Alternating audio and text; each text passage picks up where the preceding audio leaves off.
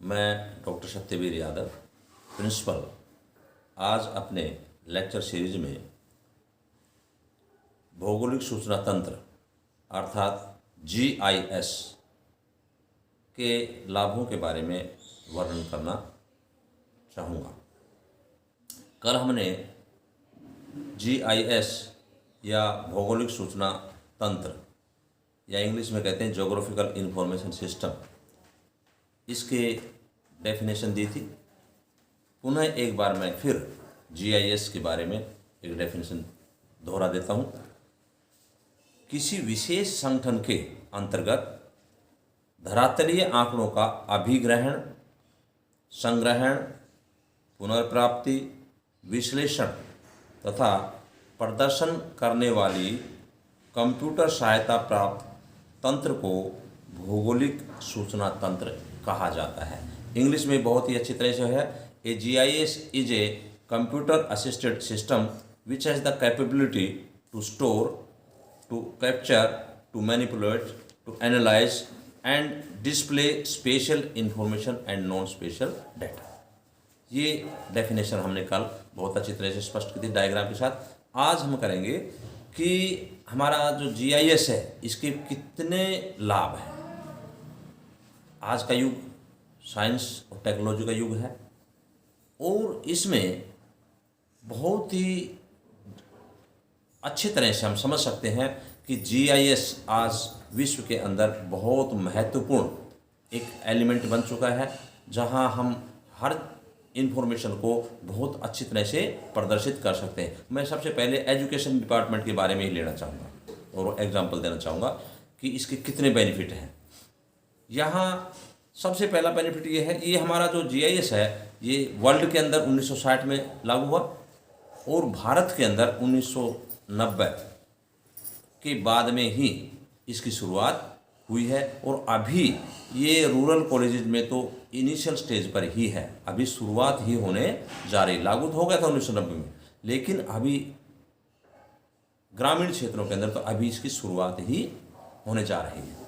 अब हम देखेंगे कि इसके कितने बेनिफिट हैं। सबसे पहला बेनिफिट ये है कि GIS की टेक्नोलॉजी है, इसमें हमें किसी संगठन में काम करते हैं, किसी भी कॉलेज में काम करते हैं या किसी संस्थान में काम करते हैं तो हमें बहुत कम स्टाफ की आवश्यकता होती है। मैं एक एग्जांपल दूंगा, आज से 50 साल पहले का। हमारा गवर्नमेंट कॉलेज नारनौल, जिला महेंद्रगढ़ के अंदर, हरियाणा के अंदर है। यहाँ सबसे पहले यहाँ पर हमारा एशिया का सबसे बड़ा विभाग है भूगोल का।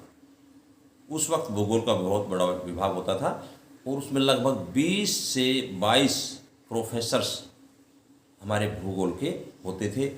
उसमें हमारे पास इतना लंबा स्टाफ था कि उसमें लैब के अंदर SLA यानी senior lab attendant, JLA junior lab attendant और फिर अटेंडेंट, यानी पूरा विभाग ही लैब अटेंडेंट का था। उसका कारण क्या था कि कोई भी सूचना हमें विद्यार्थियों को देनी होती थी पढ़ाने के लिए, तो हम नक्शे के लिए वो लैब अटेंडेंट टीचर्स के पास क्लास में नक्शे ले जाता था। जो भी टीचर नक्शा मांगता था, एटलस मांगता था, अन्य कोई इंस्ट्रूमेंट मांगता था, तो वो सभी डिपार्टमेंट्स में पहुंचाते थे।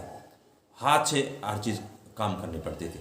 लेकिन अब क्या है, आप वहीं क्लास के अंदर ही स्मार्ट क्लास बना दी है, डिजिटल बोर्ड हो गया है, उसी के अंदर आप अपना बटन सीखिए उसको, टेक्नोलॉजी को, और बटन दबाइए, वहाँ वर्ल्ड का नक्शा, इंडिया का नक्शा, हरियाणा का नक्शा, कोई भी नक्शा है, बटन दबाइए आपके सामने आ जाएगा। पहले हम नक्शा बनाते थे तो हम क्या करते, बोर्ड के अंदर लिखते थे, बोर्ड के अंदर नक्शा बनाते थे, फिर बच्चों को समझाते थे, समय ज़्यादा लगता था और स्टाफ की ज़्यादा ज़रूरत होती थी। दूसरा हो गया हमारे पास कि तीव्र गति से, अब मैंने बता ही दिया कि जहाँ पहले हम हाथ से बच्चों को समझाते थे नक्शा बना करके बोर्ड पर, या बना हुआ नक्शा उसको डिस्प्ले करते थे, आज हम डिजिटल बोर्ड पर ही स्मार्ट क्लास के अंदर दिखा देते हैं, बटन दबा देते हैं, वर्ल्ड का नक्शा आ जाता है, या कोई भी नक्शा आप लेना चाहोगे उसी के अंदर आप मिनट के अंदर फटाफट जो है बटन दबाए और सामने आपके पास आ जाता है। तो बहुत तीव्र गति से आप कोई भी चीज़ उसको दिखा देते थे, जबकि पहले ये बहुत समय लगता था। दूसरा है विशाल गोदाम। मैंने पहले बताया, हमारा एग्जाम्पल बता ही रहा हूँ कि नारनौल के अंदर इसका एक स्पेशल गोदाम बनाया हुआ था नक्शों का, नक्शे, एटलस या अन्य किताबों का। बहुत विशाल था। आज आपको नक्शों की जरूरत नहीं, इतने विशाल गोदाम की जरूरत नहीं है। उसी के अंदर डिजिटल बोर्ड के अंदर ही सब कुछ है। उसी के अंदर आपको गोदाम बनाने की जरूरत नहीं। नक्शों के अंदर आप कोई भी बटन सीख करके दबाइए, आपके सामने नक्शा आ जाएगा। और इसलिए विशाल गोदाम की कोई ज़रूरत नहीं है।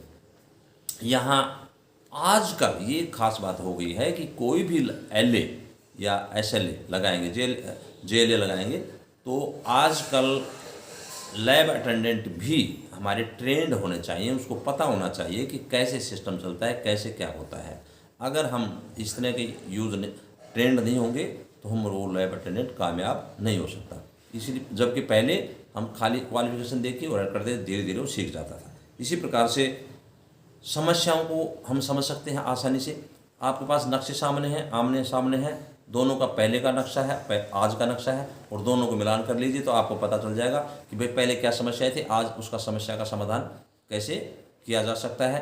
दोनों का कंपेरिजन देंगे, पुराना और नए का, और उसका समस्या का समाधान कीजिए। फॉर एग्जांपल, आपके पास एजुकेशन संस्थाएं नहीं थी पहले, नक्शे में देखिए पहले कितने दूर दूर पर संस्थाएं थी। अब आपने देखा इतने नक्शे पर हमारे पास यहाँ कॉलेजेस थे।